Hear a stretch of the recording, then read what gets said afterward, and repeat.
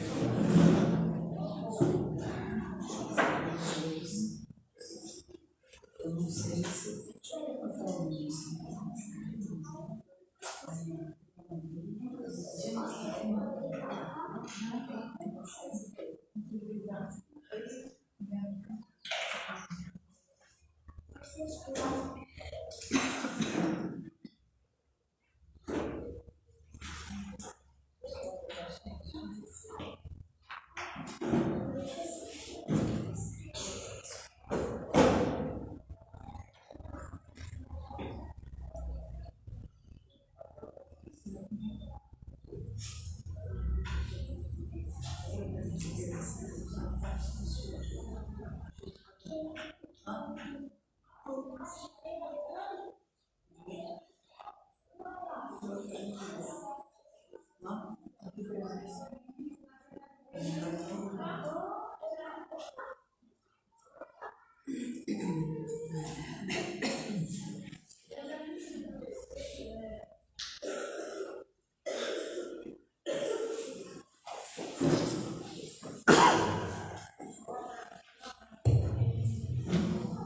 Boa noite a todos, sejam bem-vindos mais uma vez à nossa casa nessa sexta-feira. A gente sabe que é uma sexta-feira assim, meio complicada porque tem festa na cidade, né? Mas então é um prazer ter vocês aqui, porque vieram primeiro para a nossa casa escutar, né, os nossos esclarecimentos, para depois então, quem sabe, ir à festa, né? Então, por isso é que é um prazer receber vocês aqui, sabendo que vocês vieram primeiro aqui, né, na nossa casa. Hoje nós vamos dar prosseguimento ao nosso Setembro Amarelo, né, com o objetivo de esclarecer e ajudar a todos aqueles que estão passando por situações difíceis na vida e pensam que acabar com a vida seria a solução para os problemas. Então, o nosso objetivo é esclarecer e ajudar para que vocês sejam os ajudantes, né, ao saírem daqui também, cada um fazendo a sua parte. Então, vamos harmonizar o ambiente em que nos encontramos. Sabemos que a espiritualidade amiga já está aqui desde cedo, preparando o ambiente para receber vocês, fazendo com que as vibrações boas permaneçam aqui para que vocês possam usufruir delas. Então, para harmonizar mais ainda esse ambiente, do livro Ânimo, de Lourival Lopes, a seguinte mensagem: acredita em ti mesmo. Deus te fez de forma maravilhosa, dotou-te de todas as condições para agir, amar e vencer. Mas precisas acreditar na tua capacidade. Reflete seriamente sobre isso. Examina-te, observa se não estás parado, vacilante, medroso. Não faças como os que vivem desalentados, revoltados ou derrotados. Age. Pensa em prosperidade, luz e bondade. Põe-te em ação. Para ganhar confiança em ti mesmo, afirma ter riqueza interior, fortaleza, beleza, saúde, paz. Lembra-te sempre disso. Tu és mais feliz quando reconheces ter uma força divina e invencível. Então agora, vamos nos conectar com Deus nosso Pai, Jesus nosso Mestre, Maria Santíssima, nossa Mãe Celestial, sua falange de espíritos amigos, para que junto com os benfeitores dessa casa possam trazer para este ambiente, para todos nós encarnados e desencarnados que aqui se encontram, o consolo, a força, a coragem, a perseverança, o equilíbrio necessário para darmos conta dessa encarnação. Que possamos entender os desígnios de Deus com resignação, procurando sempre uma maneira de elevar a Deus os nossos pensamentos e dessa maneira recebermos do plano espiritual as boas intuições, as energias necessárias para que sigamos em frente, ajudando e sendo ajudado. E assim, na certeza de que já estamos todos envolvidos pelas luzes divinas que vêm do alto, pedimos permissão para iniciarmos mais uma noite de divulgação doutrinária em nossa casa de oração. Que assim seja,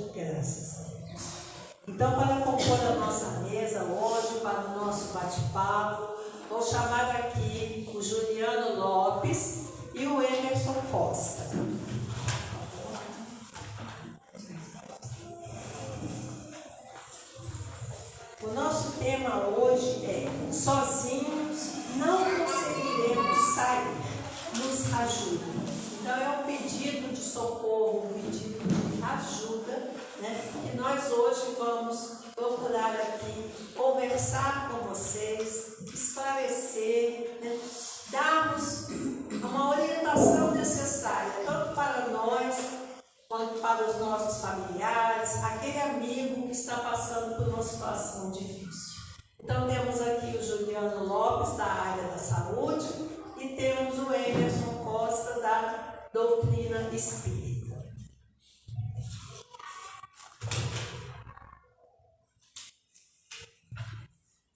O Juliano Lopes é psicólogo clínico, pós-graduado em atenção primária na saúde, membro associado do Corpo Freudiano e faz parte da Escola de Psicanálise, seção Campo dos Goitacazes.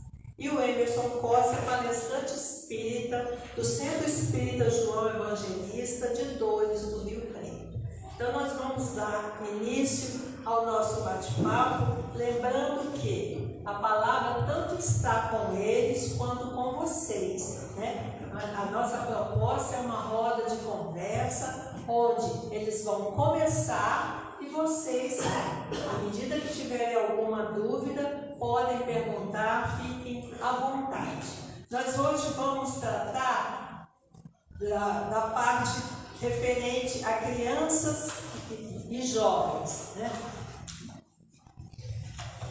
Então, eu vou passar para o Juliano, ele vai fazendo as considerações iniciais e depois a gente vai começar as nossas perguntas. Lembrando que essas perguntas foram aquelas que vocês colocaram na caixinha, as dúvidas que vocês tiveram a respeito desse assunto, tá certo?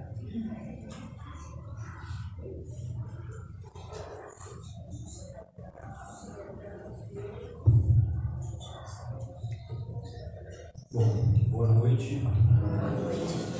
Queria agradecer primeiramente a oportunidade. Para mim, é um imenso prazer estar aqui. Eu sou psicólogo, me coloco como psicólogo clínico, mas já atuei em outras áreas, campo social, educação, pessoa com deficiência.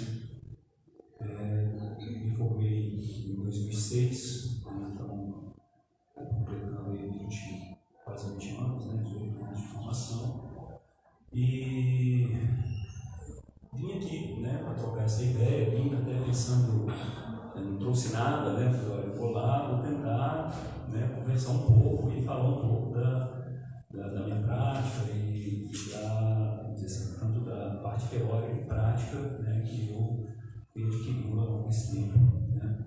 Então, eu sou psicólogo, mas eu trabalho com a psicanálise.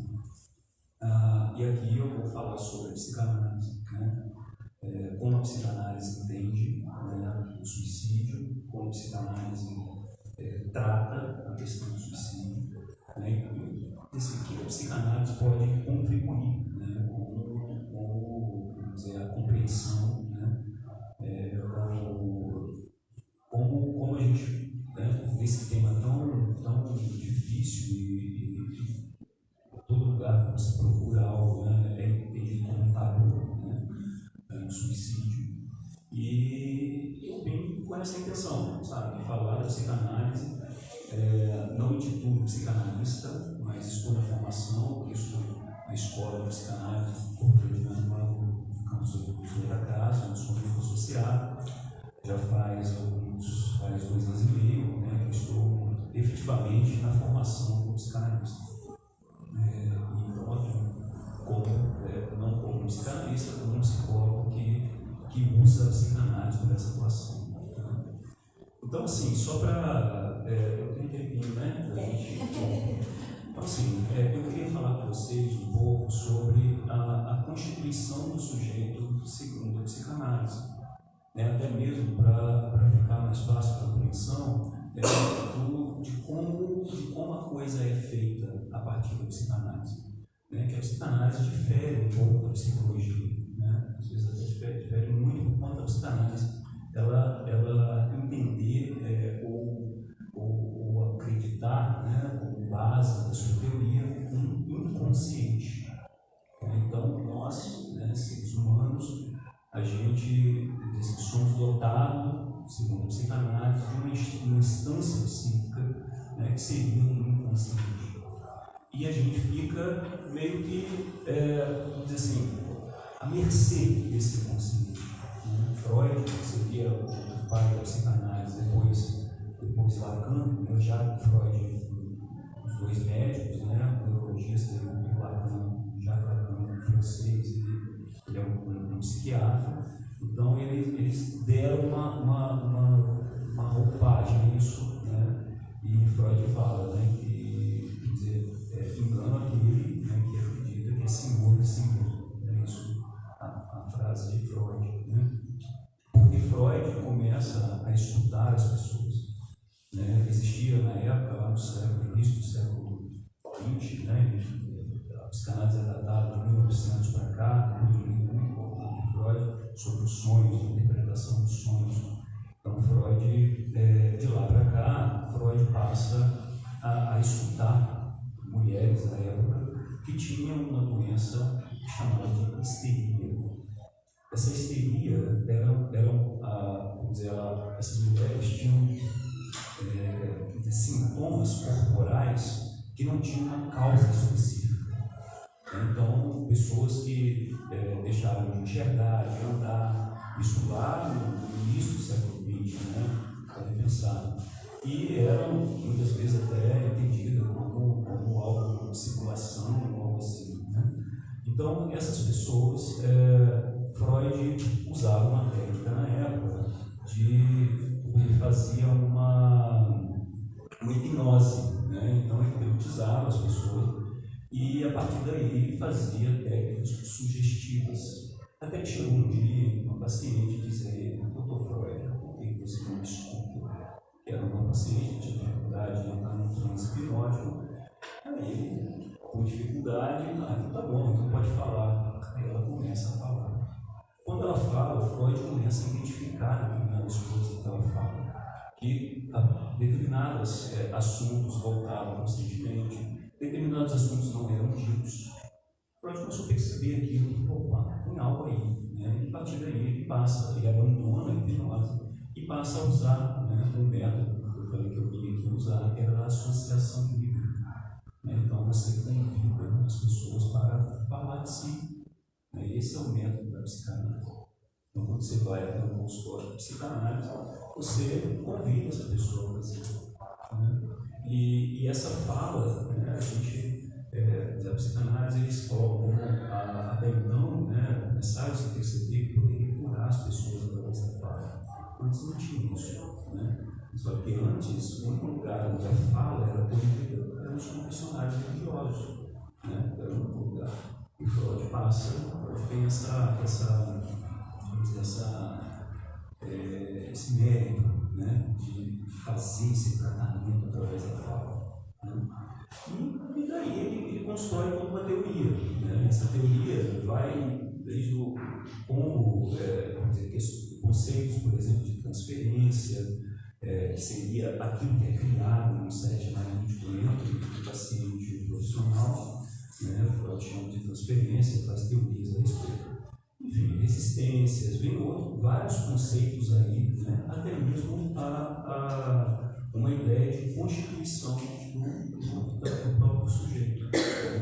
Então, o sujeito, aí eu pego depois, em 1950, por aí, eu pego Lacan diz assim, que esse inconsciente freudiano, ele é estruturado através da linguagem. E isso muda tudo, né? Porque a partir daí, essa estrutura através da linguagem, você passa a ouvir as pessoas através do que elas, de como ela, vamos dizer, porque não tem como, né? A gente só tem acesso ao sujeito a partir da fala. Cheguei aqui, meu nome é Juliano, eu sou psicólogo, sou filho, né? Sou batirinho, sou trabalho, eu sou isso, sou aquilo, fiz isso, fiz aquilo. Vocês passam a me conhecer através da linguagem. E essa linguagem que se usa, né, nesse tratamento da psicanálise, né, um tratamento através da linguagem. E o suicídio tem todo algo característico, né, de um tratamento para essa pessoa. Como tratar essa pessoa? Eu estava dizendo aqui fora, assim, até a minha prática, depois desses estudos que eu fiz, até para conhecer melhor o tema, ela mudou, ela está mudando. aparecer como é diferente a demanda. Geralmente, a pessoa que vem buscando um tratamento, às vezes, ela não vem por conta própria. Sabe? Às vezes, passou ao ato, tem uma ideação suicida, passou ao ato. Aí, geralmente, a família que traz, principalmente a criança e o adolescente. Então, muda. Ele não está ali por conta de algo dele próprio. Né? Ele está ali por conta de alguém. Alguém entende que ele, alguém entende uma demanda por ele.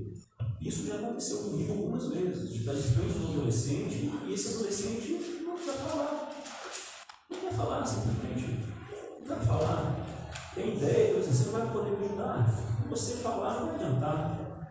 Né? Como é que se trata? Aí esse adolescente ele tem um comportamento dentro do mundo completamente diferente de uma pessoa que vai apelar por uma demanda. Por exemplo, a pessoa tem um sintoma. Um sintoma, uma compulsão. Ele lava a mão antes de sair de casa muitas vezes. Ele chega atrasado nos compromissos do tempo do trabalho. Isso é um sintoma. E ele não sabe por que ele faz aquilo. Esse sintoma entra para ele como um livro. Como que eu faço isso? E a partir daí ele procura um psicólogo. Quando ele chega lá, ele chega com uma demanda. Olha, eu estou aqui, vim até aqui, o que está acontecendo com a comigo? Muito estranho. Eu estou lavando a mão sem parar. E eu estou buscando uma resposta. Ali, a possibilidade de um trabalho clínico ali, ele já está lá na frente, porque ele já chegou com uma demanda e ele chega com uma ideia, Lacan coloca como um suposto saber. Olha que interessante. Então, o paciente chega até o psicólogo, supondo que o psicólogo sabe algo sobre ele. E pronto, está ali definido ali vamos dizer assim, a coisa clínica. Mas e quando ele chega lá, e ele não sabe, ele não quer falar, chega uma criança, onde a linguagem é pequena, como é que vai ser? Qual vai ser as estratégias ali para escutar essa pessoa? É interessante que tanto o ato suicida, como a ideação suicida, é como se aquela pessoa que está ali, ela estivesse falando sem palavras. Precisa ser interpretado. O que isso quer dizer? Bom, eu acho que é isso, né? Então, pegando o seu gancho, eu vou te perguntar. Então, já que a criança e o adolescente não vão espontaneamente, normalmente os familiares, os responsáveis encaminham. E quais são os sinais que essa criança, esse adolescente, esse jovem dá para que os pais possam perceber que alguma coisa está diferente, alguma coisa não está certa no comportamento daquele jovem, daquela criança? Olha,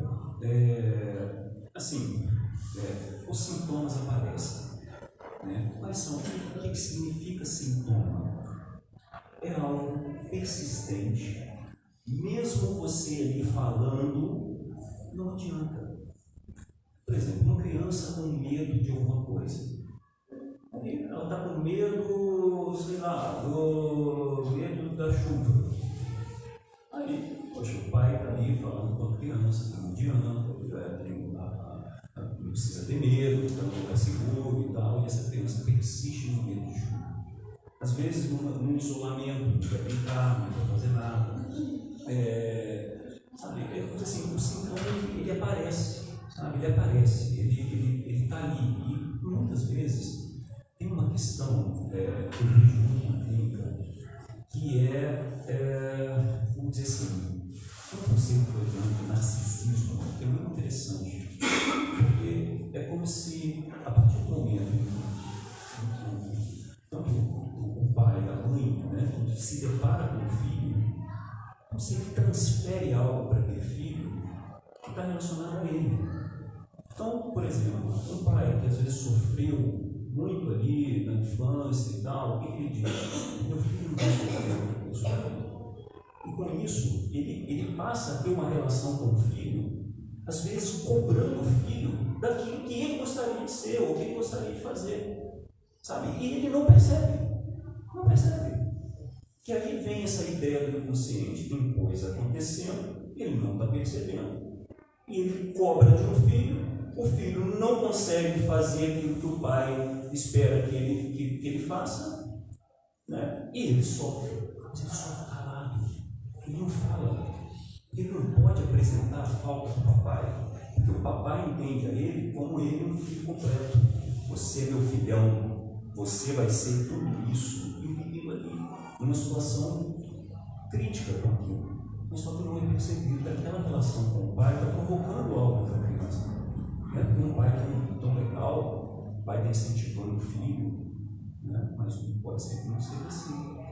Então, para identificar, seria necessário além, né, do isolamento social, às vezes de uma fala que a gente precisa dar ouvido, né, na escola, parar com essa coisa de não pode falar isso, não pode ser assim, não pode ser assado, porque aí as crianças, os adolescentes, principalmente, eles se inibem ali naquela situação e acabam falando, né? Então, aí tem inibição, sono atrapalhado, alimentação, coisas diárias, né, que você percebe naquela criança, naquele adolescente, algo estranho, né? E esse estranho precisa ser investigado, né? Quando ele vai até a consultório de caso de psicanálise, né, ele é convidado, né, tanto a criança, né, como os pais principalmente, fala que quanto mais a criança, quanto menor a idade, mais a participação dos pais. Depois do adolescente, 15, 16, 17 anos, eu não estou nem chamando o pai mais para. Entendeu? Porque aí tem que lidar com o pai e a mãe do jeito que é mesmo e tentar resolver a questão dele. Mas enquanto menos idade, maior a participação dos pais, maior esse olhar, né, esse cuidado, né, com o filho, de ouvir, assim, até mesmo escutar o próprio comportamento, né? Às vezes você pode escutar o filho falando através do comportamento. Ô Juliana, a gente tem visto ultimamente muitos jovens, né, se automutilando, com ideação suicida. Por que isso? Quais são as causas que levam um jovem que, para nós, né, tem a vida inteira pela frente, a gente acha que a cabeça fresca, não precisa se preocupar em pagar conta, nem nada, né? Por que isso, né? Então, o que leva um jovem a tentar-se por suicídio? Bom, para a psicanálise, a nossa existência, ela é traumática, ela é faltosa, né? A gente perde. Você vê que a gente nasce, né? Já nasce cortando o cordão umbilical, sentindo frio, fome, dor, né? Então sempre tem uma relação entre um prazer e desprazer. Olha, passou o dia dos pais, eu sou pai de 2 meninas. Passou o dia dos pais, eu recebi os presentinhos vindo da igreja, vindo da escola. Todos os presentes, o presente da escola foi um presente bem interessante. A gente tinha uma medalha de ouro feita com uma moedinha de R$1, né? Uma moedinha de chocolate de R$1, então uma moedinha bonitinha. Ele tinha uma medalha de ouro. Papai, você deu medalha de ouro. Tá? Olha o que é isso. É uma coisa comum, social, está na linguagem, mas só que é uma ideia de completude. Como se existisse a possibilidade de ter um pai medalha de ouro. Eu fiquei pensando nisso, eu até comentei depois, eu falei assim, para quem essa criança vai entregar essa medalha de ouro? Porque o pai é um homem, e esse homem tem defeitos. Mas só que o pai que está sendo construído nesse momento é da completude. Mas que completude é essa? Não existe. Então, tanto para a criança, como olha a criança, olha o movimento da criança, olha o prazer e desprazer. A criança está vendo lá uma série na TV, um desenho que ela gosta, e ela está lá, 5 aninhos. Mas chegou a hora de tomar banho. Aí os pais chegam, olha, está na hora de tomar banho, vai tomar banho. Mas ela está ali, engolida pelo prazer. O que ela vai dizer? Eu não vou, não quero sair daqui do prazer. Aí os pais, né, não, tem que ir, tem que colocar uma certa lei, né? Certa não, tem que colocar a lei, né? Tem que ir. Aí a criança ali, diante daquilo, ela chora. Então vai, você vai levando aquela criança para o banheiro. abre o chuveiro, coloca a criança lá, dá 2 minutos, o que ela está fazendo? Dançando no chuveiro. Agora tem que sair do chuveiro, aí chora para sair, aí chora para mudar a roupa, chora para não sei o quê, porque é como se tivesse uma necessidade de ficar naquele prazer. É um prazer, é da completude. É o papai medalha de ouro, a mamãe linda, maravilhosa.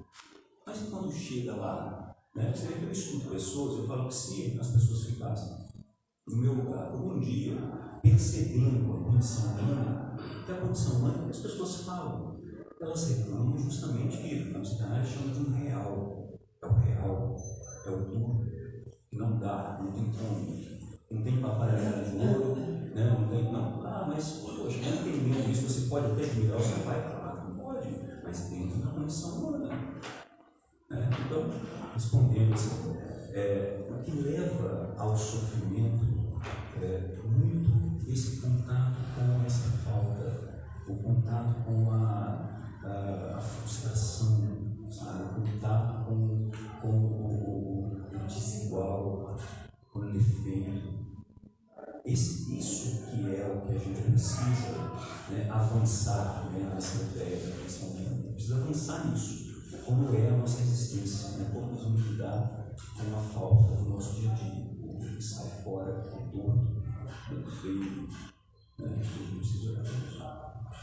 Então a gente tem que orientar as nossas crianças que a vida é assim. Tem o feio, tem o bonito, tem o lado sombra, tem o lado luz, né? Ou seja, nós somos seres de carne e osso, erramos, acertamos, e não esse ser maravilhoso, né? Que a gente quer ser, mas ainda não é. Né? Então, é preciso que a gente crie nossas crianças na realidade. É isso. Porque essa completude, né, ela é imutável. E é verdade, essa completude que faz a gente se movimenta. O Lacan, né, esse teórico lá da psicanálise, criou vários conceitos que hoje a gente não se usar, e muito, né? Ele fala de um objeto perdido. É um objeto causa do nosso desejo. É um objeto que se perdeu, a gente perdeu. Né? Então, é como se esse objeto perdido me move atrás de algo. No fragmento da clínica, a gente falando sobre isso, o paciente fala assim, engraçado, porque eu buscava com a minha formação um carinho. Eu falava que pensava que carinho, um dia tem um carinho e carimbar com o nome dele ali, fulano de tal, eu sou tal, né? Aí ele falou que, poxa, se forma, vai lá, primeira coisa que faz, manda fazer o carinho, o registro e tal, e de repente ele, deu a primeira carimbada. E aí? Deu a segunda carimbada, deu a terceira, deu a quarta. E aí, que a existência humana, você não tem não adianta. Vamos procurar outra coisa agora, né? Vamos, né? E isso, para o adolescente, é muito difícil. Né? O adolescente, às vezes, quando ele arruma uma primeira namorada, ela é uma completude, direciona tudo para ela. Mãe de adolescente apaixonada, né? Eu escuto as mães, né? Esse menino não quer mais nada na vida, Juliana. Só quer namorar. Não, se falar, ninguém corta cabelo, não tem nada. Você só pensa na namorada 24 horas por dia. Né? É completude, direciona para o lado. Aí, de repente, encontra a namorada com o outro. E agora? Rompe, é o real, rompendo. Aí vem a ideia, né, que é muito singular, né? Alguém pode chegar por conta disso, passar um ato, não suportar. Né? O ato do suicídio é um ato falado, né, através do ato, mas ele é um ato de falta de significação. Naquele momento eu não tenho palavras o suficiente para eu me situar nesse lugar tão difícil que é. Às vezes essa passagem acontece. esse ato, né, dependendo ali como se ele pode ser olhado, sabe? Às vezes até por conta de ouvir, né? De estar ali, os pais estarem ali disponíveis a ouvir o filho. Sabe? Como eu vou ouvir meu filho? Meu filho fala assim: mãe, eu estou com vontade de me matar. Meu filho, não faz isso, porque não é assim que você vai resolver. Não sei o que. Continua a mesma coisa. Essa é a mãe, meu filho: mãe, eu vou me matar. Por quê? Eu vou me matar porque meu vida não faz sentido e tal. Deixa lá. Não, mas o que é mesmo? Eu não entendi. Não, porque não sei o quê. Meu pai, minha mãe, eu ouvi 20 minutos o filho falar. Teve um caso de uma mulher que tentou suicídio. Ela foi falar com o marido e o marido estava vendo um jogo de futebol. Depois fala. Mas depois que acabou o jogo. Você imagina. Aí, como é que essa pessoa, como é que esse marido, ele vai, naquele momento você olha a estação do marido, a mulher tentando se matar e ele vê o jogo. Né? Então, por exemplo, como é que ele vai ouvir? Você imagina, ele vai parar o jogo ali, tinha que parar. Ele ouve. Olha, eu estou assim, estou pensando assado, estou sentindo isso. Né? E essa é a ideia. É que através da fala, olha, isso é a clínica da psicanálise. Através da fala, é como se a gente provocasse fissuras no discurso. O discurso de uma pessoa, quando ela vem endereçada ao analista, é um discurso certeiro. Eu estou assim, porque eu sou assado, porque é isso, porque é aquilo, porque eu fui abandonada, eu fiz isso e aquilo. É tudo de uma criação do imaginário. Né? Ela cria. Aí você ali escutando sem julgamento, né, num lugar de parcialidade, você chega ali e às vezes você faz uma pergunta: mas o que aconteceu lá? Não entendi. De repente ele muda. Sabe? Porque assim, às vezes a pessoa se questiona: mas foi isso mesmo que aconteceu? Quer dizer, nesse momento do questionamento, ela quebra esse discurso e entra um novo discurso, a possibilidade de renovar, né, de recriar. Tem uma ideia assim de elaborar e de reelaborar. Nós elaboramos de um jeito, nossa relação com os nossos pais, nossa vida, só que a gente tem a chance de elaborar a partir do momento que a gente fala. A gente começa a... Então, o escutar seria o início de um tratamento por uma criança ou um adolescente que tenha essa ideação suicida, que os pais levem até você. Então, o primeiro passo seria você escutar. E depois, como que você conduziria esse adolescente para que ele revertesse essa situação?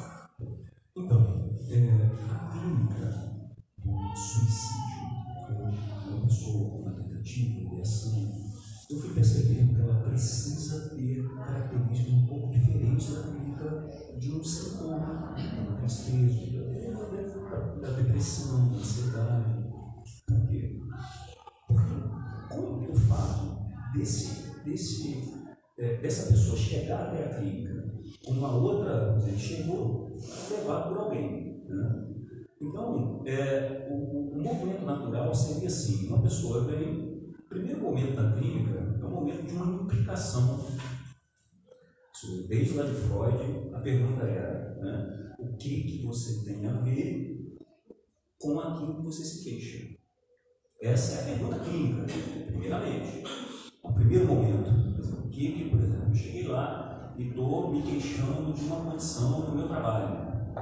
Né? Então, a pergunta é: quando eu começo a entender que tem algo meu naquela história, que a gente já falou do inconsciente, tem algo meu naquela história.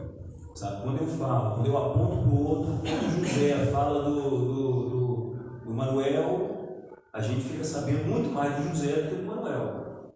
Porque é como se tivesse algo espelhado, sabe? Isso acontece. Então a gente, essa escuta, né, permite que o sujeito, aí assim, o suicídio, vamos dizer, a pessoa que está ali já cometeu o suicídio, está com ideação suicida, ele não quer estar ali, né? A gente tem um manejo diferente, que a gente vai colocar ele diretamente como responsável por aquilo que ele fez. né? Isso vai vir depois. Primeiro, a gente precisa acolher. Como foi? O que você sentiu? Eu não entendi. Como é mesmo? Como aconteceu? Né? Porque ele não quer nada. Mas se você começar a colocar coisas ali como se ele tivesse, vamos dizer, de uma forma geral, não. De uma forma geral, você já vai direto. Sabe? A pessoa começa a chegar na primeira, segunda, terceira, quarta sessão, você já está ali colocando o sujeito implicado na questão dele. Olha, se você não mudar, ninguém muda. Não tem jeito, ninguém vai mudar ao seu redor. Né? Ah, o meu marido faz isso, meu filho faz aquilo. Uma vez eu brinquei com uma paciente, já tinha muito tempo e não se implicava. Eu falei, então faz o seguinte, me dá o telefone do seu fulano, todos esses que você se queixa, eu vou ligar um por um e vou falar como eles devem falar com você, ou conversar com você, ou fazer com você, porque né, já conheci. Ela falou, ah, mas aí não dá, né? Eu falei, não dá. Quer dizer, ou a gente. Boa noite. Desculpa te interromper, mas quando você tem um casal, nota que um filho ou filha está tendo uma mudança no comportamento e ele recorre à psicanálise ou outra terapia ou técnica, dizendo que a criança está tendo uma mudança de comportamento. Talvez escutar dos pais ou dos parentes ou das pessoas mais próximas não revelariam informações até mais significativas do que a própria criança que tem ou não dificuldade em falar. Então, o tratamento psicológico da criança é muito importante a presença dos pais. Não, aliás, não existe a possibilidade de se tratar uma criança sem a presença dos pais. Os pais precisam estar, participando do tratamento. Porque ali o sintoma da criança, outra relação também que fala, acho que é do Lacan também, ele diz assim, que o sintoma da criança está relacionado ao sintoma dos pais. Olha isso. Agora, a gente pode dizer que os pais, nós pais, somos culpados, não. Porque o comportamento inconsciente. Vou dar um exemplo. Eu escuto um pai antes de um adolescente. O pai dizendo assim, eu faço tudo com meu filho. Quando meu filho, assim, se ele fala comigo assim, por exemplo, pai, eu quero ser astronauta. Eu falo, claro, meu filho, vamos lá, eu te apoio. Né? Então, pai, eu quero jogar futebol. Então vamos lá, meu filho, eu te apoio. Então. Aí, poxa, um pai legal, um pai democrático. Né? Aí eu escuto o filho, uns 13 anos. Aí o filho diz assim, porque meu pai, tudo que eu falo com ele fica o tempo inteiro, sabe, me apoiando. Ele parece que ele não liga muito para mim. Sabe? Ele faz como se ele não tivesse, como se aquele pai não tivesse, tomando conta da vida dele. Quando ele via os amiguinhos, os pais dos amiguinhos, né? Quer dizer, é como se ele olhava assim, os pais lá, não pode fazer isso, não pode fazer aquilo, você vai fazer aquilo que eu falei para fazer. Né? E o pai dele não. Quer dizer, isso era uma questão para ele. Quer dizer, o pai estava fazendo, a gente vai pensar assim, vamos olhar, o pai estava fazendo o correto, né? Apoiando o filho e tal, moleque adolescente. Ah não, e o menino estava, era uma questão para o menino. Sabe? Então assim, escutar os pais é importantíssimo. Importantíssimo. Está ali, vamos dizer, o motivo, não o motivo para culpar os pais, porque eu não tenho culpa, né? Mas é ali o local onde a gente tem as informações sobre criança. Alguém gostaria de fazer mais alguma pergunta para o Juliano? Juliano, você tem mais alguma pergunta? Juliano, primeiro, assim,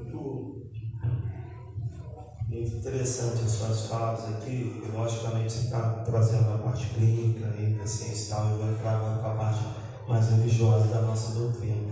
Mas é uma pergunta para o psicanalista, tá, Juliano? Suicídio muito vem com o pensamento de que com isso eu acabo, com isso tudo some, a dor desaparece e não tem mais nada a partir daí. Tá? Quando a gente pega a nossa cultura religiosa, né, isso vem lá de todo um passado que isso também carrega, né, dentro de nós, essa história de que o sono eterno, o despertar em algum momento, né?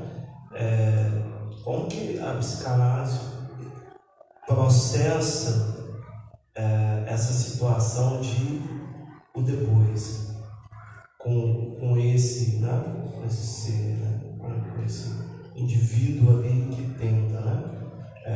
Para mim isso é super importante entender como que vocês analisam isso, né? O depois.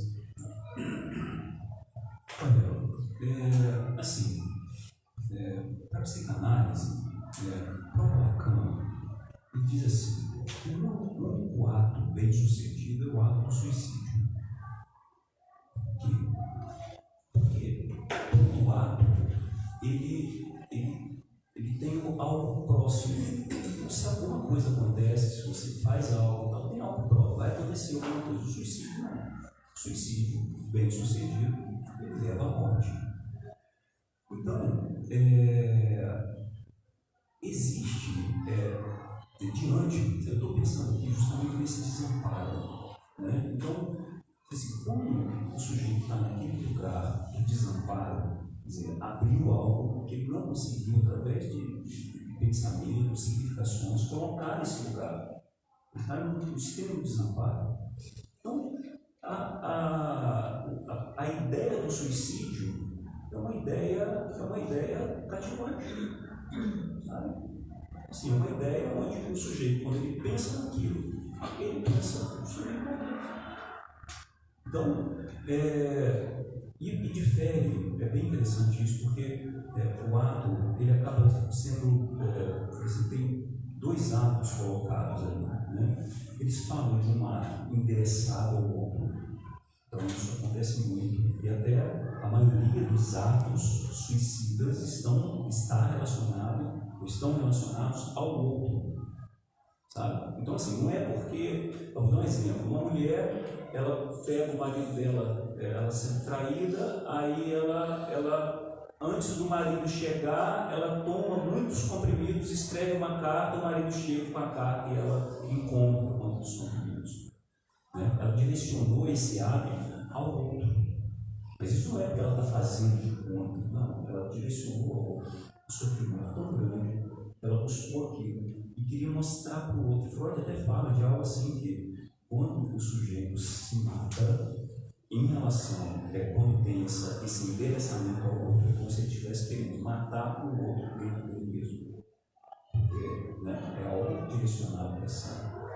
E tem um outro ato, que é um ato de um rompimento total, eles dizem que a passagem é um ato mesmo, né, é de um rompimento total. Isso acontece, por exemplo, em pessoas com transtornos psicóticos. Então, isso da minha clínica. Uma pessoa chega e diz assim, tem uma voz na minha cabeça dizendo o tempo todo para eu me matar. E toda hora eu escuto isso. Então, para a gente é uma alucinação auditiva. Ela está tendo uma alucinação. Então ela está ouvindo uma voz, que essa voz vem do seu próprio inconsciente. Então, e uma voz de um imperativo, você vai, né? E ela, aí eu pergunto a ela, e você, ali que ela estava falando sobre, como se ela estivesse ali, sabe? Assim, ela falando sobre uma outra pessoa que tem dentro dela. Eu falei, e você? Ela falou assim, eu acho que sim. Acho que eu mesmo. E por quê? Porque eu vi um trecho, olha a coisa, né? Eu vi um trecho no jornal e o país está pegando fogo. A violência está no subir. Isso está acontecendo, está pegando. Quer dizer, o país é isso aqui que pegando fogo. O jornal passa isso aqui, né? E ela olha isso aqui e olha como se estivesse pegando fogo, o país inteiro está tudo pegando fogo. Quer dizer, esse lugar que ela está, tá? Ele é insuportável. Aí tem questões psicóticas e tal. É insuportável. Aí ela vai buscar morte. se vê como vamos dizer, a psicanálise é contra essa saída, mas é uma saída, né, para que eles estudem. Não é uma saída, é um ato bem sucedido, é um ato sucedido, depois. Então, houve aqui o rompimento dessa. E a vida, né, a ideia da vida, isso desde Freud, né, diz que a vida ela tem uma coisa com a morte. Né? Até o próprio sintoma tem a ver com isso, com o torno. Né? Às vezes a pessoa fica ali com determinado sintoma, por mais que ele sabe que aquilo faz mal, ele permanece. Então, é isso. Então, sempre tem essa relação aí da vida com essa morte. Vamos passar para a doutrina espírita. Não sei se eu respondi. Responder com clareza é difícil. É isso. Aí, pegando o gancho do que você falou, vou perguntar para o Elias. O espírito obsessor pode realmente levar o obsidiado ao suicídio? Você quer que fale? Vocês estão ouvindo bem? Não. Mas pode entrar. Oi. Eu não sei se está gravando, né? Falar depois dos esclarecimentos do Juliano fica um pouco até complexo para a gente, né? São duas vertentes de visões distintas, né? Ele falando ali da questão como que a ciência trabalha, a gente trazendo aqui um pouco do que a espiritualidade, o que a doutrina espírita traz para a gente. Mas a gente falando aí, claro, a pergunta, né? A gente precisa falar da obsessão. Falar de obsessão, claramente a gente precisa falar do ser humano, falar das nossas dores, falar das nossas angústias e principalmente falar das nossas intimidades. Né? Obsessão é uma coisa íntima, pessoal, bem interligada, é nossa, é individual, é de cada um.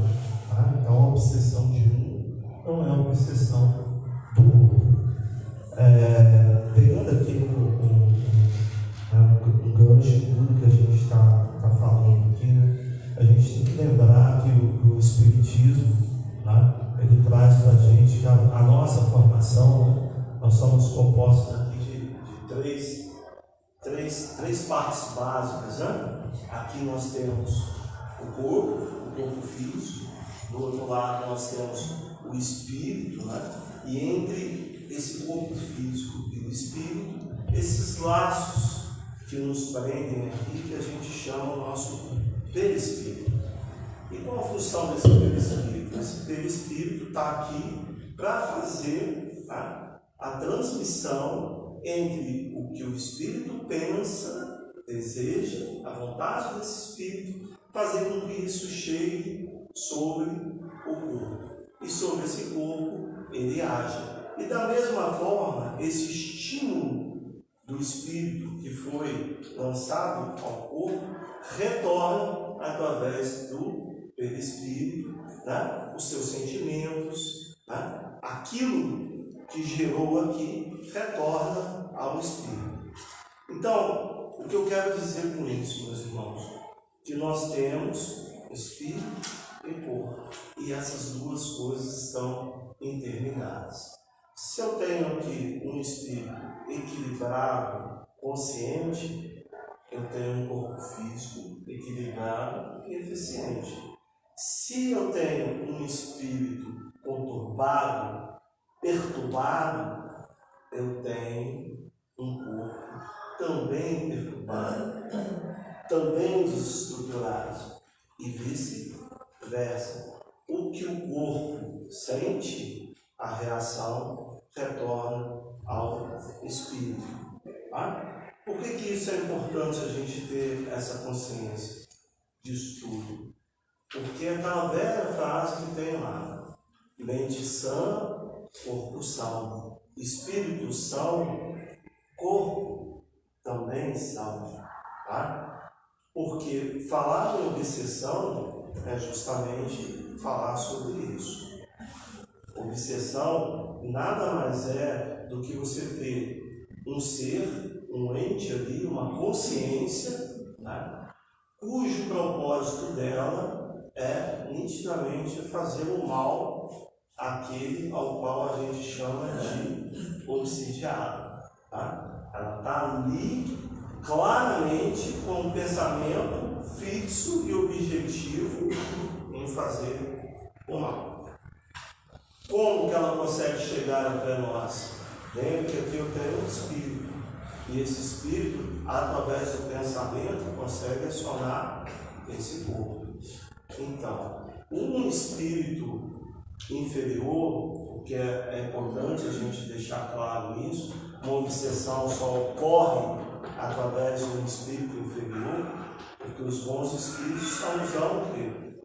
Conselho e nos ajudam a combater, né, os maus pensamentos. Mas eles também se afastam a partir do momento que percebem, né, que nós não estamos ali dando atenção aos seus pensamentos, ou nós queremos ouvir aquilo que os outros espíritos estão nos dizendo. A questão clássica do livre-arbítrio, eles respeitam as nossas vontades, diferente de um espírito inferior. Então, o que acontece nesse processo? Esse espírito inferior, através do pensamento, induz o nosso espírito e esse aciona o corpo. São os pensamentos ruins, as ações mal feitas, né? É importante a gente lembrar que todo processo de obsessão, ele vem de uma imperfeição moral. Não existe obsessão sem imperfeição moral. E como que a gente adquire essa imperfeição moral? Ao longo da nossa caminhada evolutiva. Pode ser nesse período encarnatório que nós estamos aqui, como também pode ser dívidas nossas antigas que nós cometemos lá atrás. Muitas das vezes por ignorância até, outras vezes por livre-arbítrio. É importante a gente ter na nossa consciência que no plano espiritual existem vários tipos de espíritos. Espíritos superiores, espíritos inferiores, espíritos bons, espíritos maus, espíritos cruéis, espíritos mentirosos, espíritos hipócritas. Olha só, nada diferente também do que a gente vive no nosso dia a dia aqui hoje.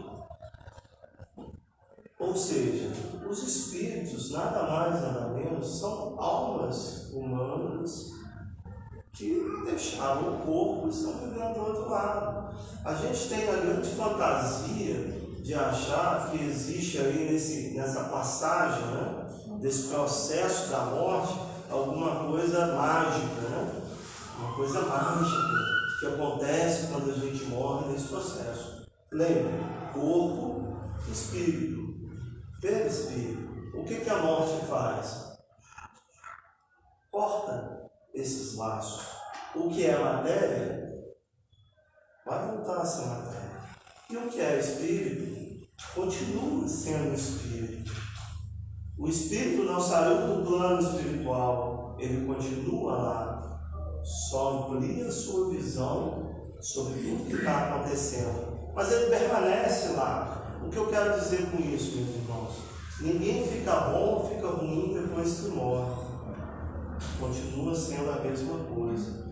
Você vai levar a sua bagagem, aquela bagagem que você tem, boa ou ruim, isso continua contigo. Tá? Respondendo aqui agora claramente, pode um espírito obsessor, né, realmente levar o obsidiado ao suicídio? A doutrina espírita nos diz que sim. Nós temos vários casos de obsessão, né, principalmente os 3 clássicos. O primeiro é a obsessão simples, que é aquela que o espírito conversa no seu ouvido, fala com você, olha, tenta aí suicidar, vamos fazer isso, né? Mas você consegue identificar que alguma coisa nessa comunicação não está certa. Você ainda tem o controle sobre a situação. É quando a gente acorda ou a gente está em uma determinada situação, aí você tem aquela ideia: ah, eu acho que eu vou fazer isso aqui agora. Aí você dá 2 passos e fala: peraí, mas por que eu vou fazer isso? Isso não condiz com o meu pensamento, isso não condiz com aquilo que eu sigo, isso não condiz com a minha condição moral. Entendem? Você consegue perceber ainda o que está acontecendo nesse meio. Obsessão simples. O segundo caso de obsessão que a doutrina traz, os espíritos trazem para a gente, é a fascinação. É naquela que o espírito consegue criar, né, uma ilusão, né, do obsidiado, e essa comunicação já não está mais clara. Você já não consegue mais perceber o que está acontecendo. Muitas das vezes, o obsidiado com fascinação, ele fica tão iludido que ele não consegue perceber o que está acontecendo. Vemos isso muito no nosso dia a dia, né? Às vezes a pessoa que você conhece uma vida toda, de repente toma uma determinada guinada para uma determinada situação, e você fica ali: nossa, mas não estou entendendo o que está acontecendo. E depois de um certo tempo, aquela pessoa mesmo, né, às vezes se desvencilhando disso, faz aquela pergunta: olha, eu tive tanto tempo naquele meio, olha, eu não consigo entender como que eu estava ali, como que eu estava convivendo com aquela situação. Exemplo muito claro: álcool, né, drogas, as vicissitudes de sexo. Às vezes a pessoa entra nesse universo e se prende ali, e assim lá na frente consegue sair e não se reconhece dentro daquilo. É a questão da fascinação. E o terceiro grau, e aí sim, esse já mais pesado, que é a subjugação. É onde aí o espírito obsidiado já não consegue mais controlar as suas ações. Muitos dos casos mais graves, mais pesados de obsessão, o próprio obsessor consegue, em tempos limitados, assumir o corpo do obsidiado. Tá? Muitos casos, a gente vê isso muito clássico em filmes de terror, né? E tal, mas quem aqui já não ouviu falar: a pessoa está obsidiada, teve um acesso na rua, né? São casos bem claros desses. Nesses casos especificamente, né, onde o espírito encontra toda essa condição favorável, ele consegue induzir sim o irmão a tirar a sua própria vida. Mas é importante a gente lembrar: isso não é um processo que acontece do dia para a noite. É um processo longo, é um processo de anos, décadas ali se trabalhando até que se consegue realmente se consumar com água. Até que isso aconteça, gente, como diz aqui o Juliano, vários sintomas são apresentados, várias situações se deixa demonstrar que aquela pessoa não está bem. Tá? Como? Processos depressivos, isolamento. Tá? Todos também podem ter relação com a questão de obsessão e espiritual. Por isso que é importante a gente sempre ter na cabeça: não existe um tratamento único, certo? Não adianta você tratar o corpo e você não tratar o espírito. E da mesma forma, gente, não adianta você tratar o espírito se você não tratar o corpo. As terapias que tem hoje, né, além disso, às vezes pode até partir da questão dos medicamentos, estão aí para poder auxiliar a passar esse momento mais difícil, né? Então a gente não pode abandonar uma coisa ou outra. Por quê? Está tudo interligado, está tudo junto. Uma coisa não existe sem o outro. capítulo 9, fala sobre a influência oculta dos espíritos sobre os nossos pensamentos e ações. Me permitam ler para vocês, para que a gente não perca a essência. Eu acho que isso sempre é importante, não perder a essência. Kardec pergunta aos espíritos: os espíritos influem em nossos pensamentos e nas nossas ações? E os espíritos superiores respondem: nesse sentido, a influência é maior do que supondes, porque muito frequentemente são eles que vos dirigem. Certo, meus irmãos? Então lembremos, um espírito só aproxima da gente através do pensamento. Tá? Eu sou biólogo de profissão, e lá na biologia a gente tem uma máxima que fala assim: pássaros de mesma plumagem, eles tendem a voar juntos. Se vocês quiserem trazer para uma outra, diz assim: me conte com quem você convive, com quem você anda, que eu vou poder dizer quem você é. Tá? Então, a gente tende, em sociedade, no nosso dia a dia, a aproximar e a conviver com quem? Com quem a gente gosta, com quem a gente se sente bem, com quem a gente se assemelha, não é? Com quem pensa parecido com a gente. Então, no plano maior, as coisas se processam da mesma forma. Se existe um processo de obsessão, é porque existe uma convivência, uma conivência. Eu estou ali junto e eu estou permitindo que isso aconteça. E aí, então, essas pessoas que, através dessa sintonia, né, foram levadas ao suicídio, são menos culpados e menos punidos do que aqueles que abandonam a vida por efeito exclusivo da vontade? Então, todo desencarne, através da questão de um suicídio, ou seja, que você vai retirar, né, a sua vida, ele interfere com as leis naturais da existência, da consciência. Tá?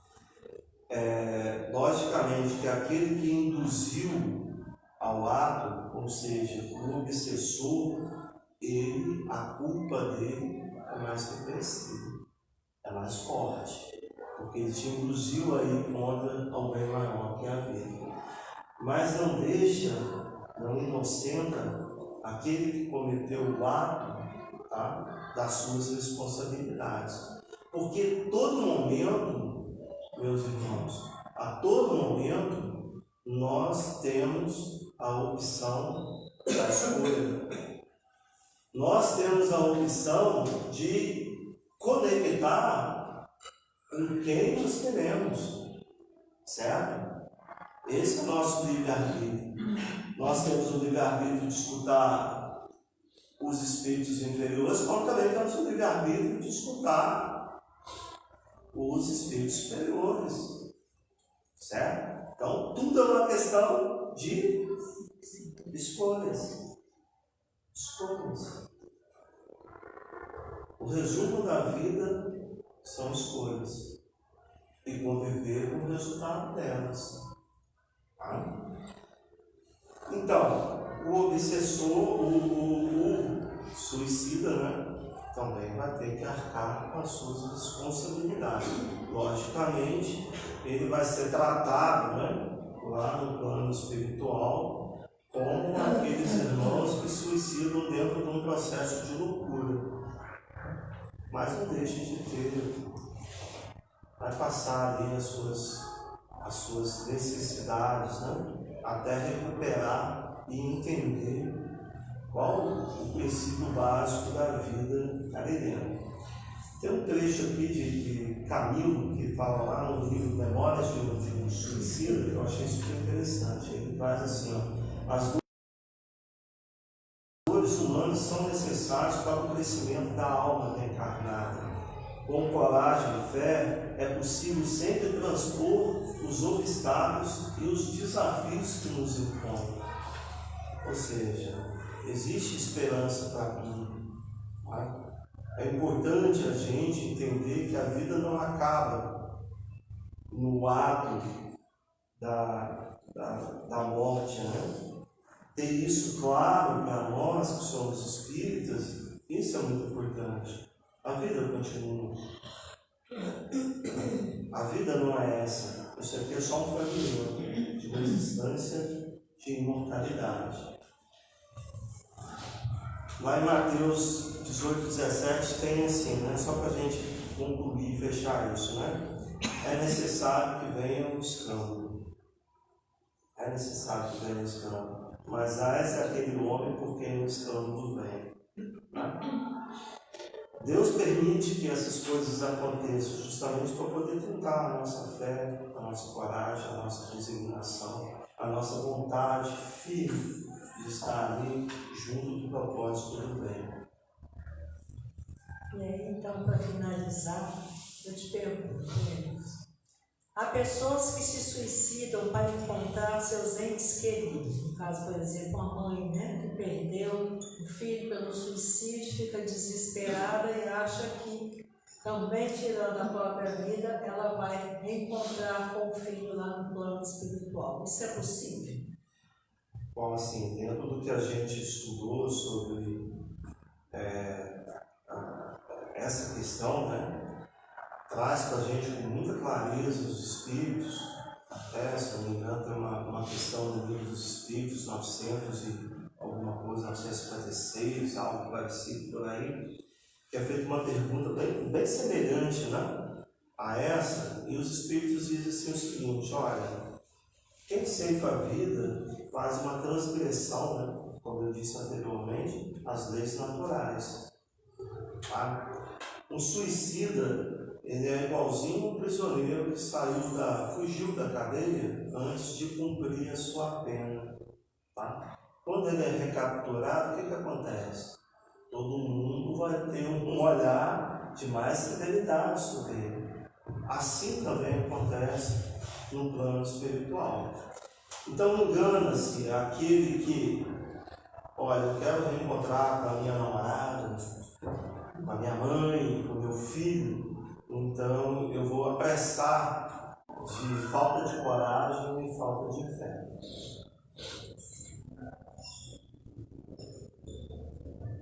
Alguém gostaria de fazer alguma pergunta? Então eu vou encerrar, que a gente vai dar um pouquinho adiantado. Vamos fazer uma prece final, agradecer nesse momento a presença dos espíritos amigos que aqui estiveram incluindo os nossos palestrantes, para que eles pudessem passar para nós seus conhecimentos, seus estudos, e com isso nos orientar a como lidar com essas questões do dia a dia, sem preciso levar em conta esse ato que vai contra os desígnios de Deus. Que nós possamos levar as nossas boas vibrações a todos aqueles que nesse momento passam por dores e aflições, que eles sejam embalados pela música divina, levando aos seus ouvidos, aos seus corações, as palavras de Deus, o encorajamento para seguirem adiante, suportando com resignação suas dores, sabendo que, assim como a noite termina e amanhece um novo dia, cheio de alegria e esperança, assim também acontece em nossa vida. Tudo passa, como dizia Chico, e nós devemos ter esse pensamento sempre presente para seguirmos adiante com fé, com resignação, equilíbrio, sempre levando os nossos pensamentos a Deus e sendo gratos por estarmos aqui e termos a oportunidade de evoluirmos a cada dia um pouco mais nessa nova encarnação. encerrarmos a primeira parte da nossa reunião de divulgação do Evangelho. Seja graças a Deus. E trazendo para nós um pouco mais de esperança, né? No dia de amanhã, nós teremos a nossa evangelização infanto-juvenil.